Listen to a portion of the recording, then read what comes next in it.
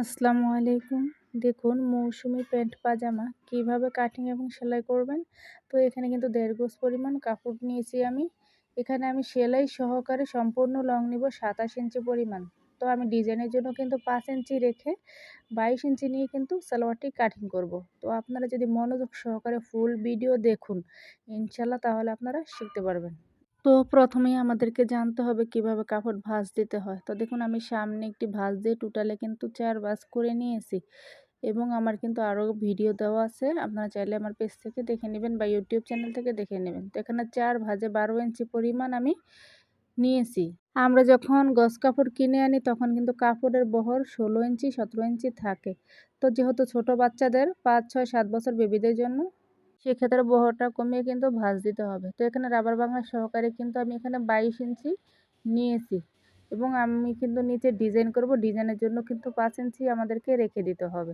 তারপরে ৫, ৬, ৭ বছর বেবিদের ক্ষেত্রে হাইয়ের মাপটা আমরা কতটুকু নেব? তো এখানে আমি ১০ ইঞ্চি নিয়ে নিব। তাহলে রাবার বাংলা সহকারে এখানে ১২ ইঞ্চি আসে এবং কোমরের জন্য আমাদেরকে ৯ ইঞ্চি নিতে হবে। ৯ ইঞ্চি থেকে বেশি নেওয়ার কোনো প্রয়োজন নাই। তো ৯ ইঞ্চি নিলেই কিন্তু আমরা এলাস্টিকটা খুব ভালোভাবে অ্যাটাচ করতে পারবো। তো দেখুন এখানে আমি হাইয়ের এখানে লুজ কতটুকু রাখবো। তো এখানে আমি ১০ ইঞ্চি পরিমাণ কিন্তু হাইয়ের এখানে লুজ থাকে। যেহেতু আমরা হাইয়ের রাউন্ড শেপ দেওয়ার জন্য এভাবে ১.৫ অথবা ২ ইঞ্চিতে মার্ক করব। তো দেখুন পায়ের মুখ কতটুকু নিব। এখানে আমি পায়ের মুখ নেব ৫.৫ ইঞ্চি পরিমাণ। এভাবে ৫.৫ ইঞ্চিতে আমাদেরকে মার্ক করতে হবে এবং আরও ১ ইঞ্চি আমাদেরকে এক্সট্রা রাখতে হবে বাড়তি করে।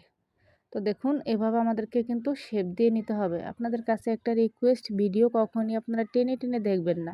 টেনে টেনে দেখলে কিন্তু মাঝখানের অনেক কথা বা অনেক কাজ আপনারা মিস করে ফেলবেন। এবং যারা আমার ইউটিউব চ্যানেলে এখনও নতুন আছেন অবশ্যই চ্যানেলটি সাবস্ক্রাইব করে নেবেন। আমি কিন্তু নিয়মিত ভিডিও আপলোড দিই। তো দেখুন হাইয়ের এখানে আমাদেরকে এভাবে রাউন্ড শেপ করে নিতে হবে।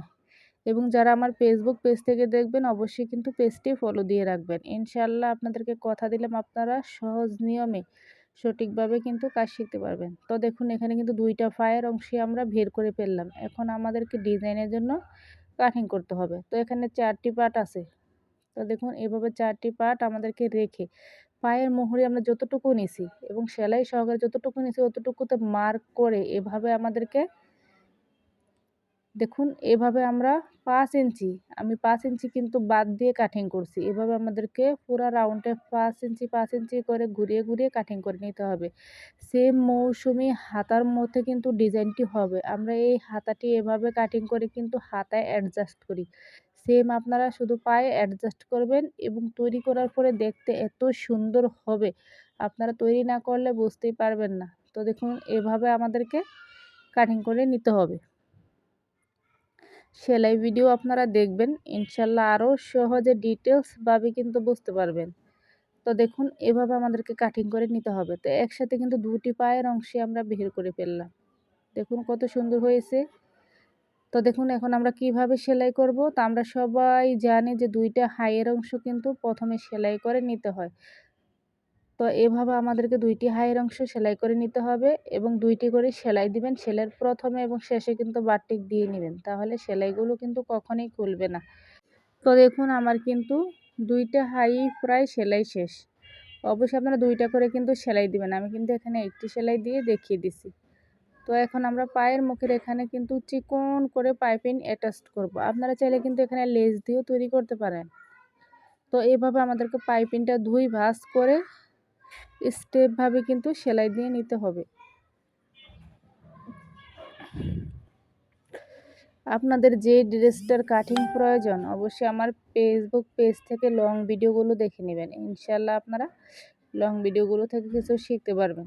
সম্পূর্ণ কাজ না শিখতে পারেন, আশা করি কথা দিলাম আপনারা একটু হলেও কিন্তু আমার ভিডিওগুলো থেকে শিখতে পারবেন। তো এভাবে আমাদেরকে পাইপিং কিন্তু বড় করে নিতে হবে। যেহেতু আমরা পায়ের নিচের ডিজাইনে পুরো রাউন্ডে চিকন পাইপিং করব, সেক্ষেত্রে কিন্তু বড় পাইপিংয়ের প্রয়োজন হবে। তো এভাবে আমাদেরকে পাইপিংটাকে ২ ভাঁজ করে দেখুন ঘুরিয়ে ঘুরিয়ে আমাদেরকে সম্পূর্ণ অংশ কিন্তু সেলাই দিয়ে নিতে হবে। তো দেখুন আমার কিন্তু সেলাই করা শেষ। এখন আমরা চিকন পাইপিং করে নিব এটাকে। তো এভাবে আমাদেরকে বাড়তি কাপড় থাকলে একটু কাটিং করে দিতে হবে, তাহলে উল্টাতে কিন্তু পাইপিংটা সুবিধা হবে। তো এভাবে আপনারা যতটুকু চিকন রাখতে চান যেভাবে আপনারা সেম রাখতে চান আপনাদের মন মতো বা পছন্দ অনুযায়ী এভাবে পাইপিংটা বসিয়ে চাপ সেলাই দিয়ে নেবেন। তো দেখুন এভাবে আমাদেরকে 2টা পায়ের অংশই কিন্তু তৈরি করে নিতে হবে। তো এখানে কিন্তু আমি একটি পায়ের অংশ আপনাদেরকে তৈরি করে দেখাইতেছি। তো এভাবে আমাদেরকে চিকন করে পায়ের মোহরের অংশটা এভাবে রাউন্ড অনুযায়ী কিন্তু আমাদেরকে চাপ সেলাই দিয়ে বসিয়ে দিতে হবে। এবং যদি আপনারা লেস অ্যাটাচ করেন তাহলেও কিন্তু দেখতে খুবই সুন্দর হবে। তো দেখুন কিভাবে আমি অ্যাটাচ করতেছি, এভাবে আপনারা সেম কিন্তু অ্যাটাচ করে নেবেন। অবশ্যই যারা একদম নতুন আছে তারা একটু ধীরে সুস্থে সেলাইগুলো করবেন, তাহলে সেলাইয়ের ফিনিশিংটা খুব সুন্দর আসবে। তো এভাবে একেবারে পায়ের মোহরি থেকে আমরা হাইয়ের অংশে মিল করে, তো দেখুন হাইয়ের জয়েন্টটা আপনারা 2টা জয়েন্টই এভাবে মিল করে একেবারে আমরা অন্য পায়ের মোহরি এখানে সেলাইটা নিয়ে আসব।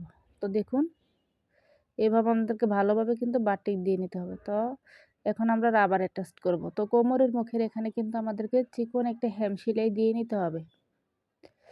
তো দেখুন আমার কিন্তু কোমরের অংশে সেলাই দেওয়া শেষ। এখন আমি 8 ইঞ্চি কিন্তু নিছি, এখানে আমাদেরকে 16 ইঞ্চি নিতে হবে। অথচ বাচ্চার ফ্রকের বা কামিজের আপনারা বডিকে অর্ধেক করবেন, অর্ধেক করে তার সাথে আরও 3 ইঞ্চি যোগ করবেন বা 2 ইঞ্চি যোগ করবেন, তাহলে কিন্তু অ্যাকুরেট হবে। তো দেখুন এভাবে আমাদেরকে এলাস্টিকটা অ্যাটাচ করে নিতে হবে। যদি আপনারা এলাস্টিকটা না কাটিং করতে পারেন যে কত ইঞ্চি বডির জন্য কতটুকু কাটিং করবেন, অবশ্যই লাইভে কিন্তু আপনারা প্রশ্ন করবেন, আপনাদের সবাইকে উত্তর দেওয়ার চেষ্টা করব। তো এভাবে আমাদেরকে টেনে টেনে কিন্তু এলাস্টিকটার উপরে সেলাই করতে হবে। যদি আপনারা টেনে টেনে সেলাই না দেন সেক্ষেত্রে কিন্তু সেলাইগুলো খুলে যাবে। যদি আপনারা গুজ গুজ অবস্থায় সেলাই দেন সেক্ষেত্রে সেলাইগুলো খুলে যাবে বা ভালো হবে না ফিনিশিং।